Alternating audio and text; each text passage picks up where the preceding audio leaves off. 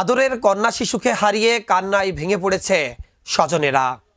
তারা এখনো বিশ্বাস করতে পারছে না তাদের আদরের সন্তান এভাবে অকালে সড়ক দুর্ঘটনায় প্রাণ হারালেন। ঝিনাইদহের কালীগঞ্জে সড়ক দুর্ঘটনায় মারিয়া খাতুন ৫ নামের এক শিশুর প্রাণ গেছে।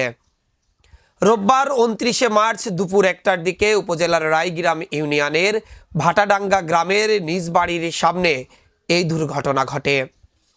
নিহত মারিয়া ওই গ্রামের বাসিন্দা মান্না শেখের মেয়ে।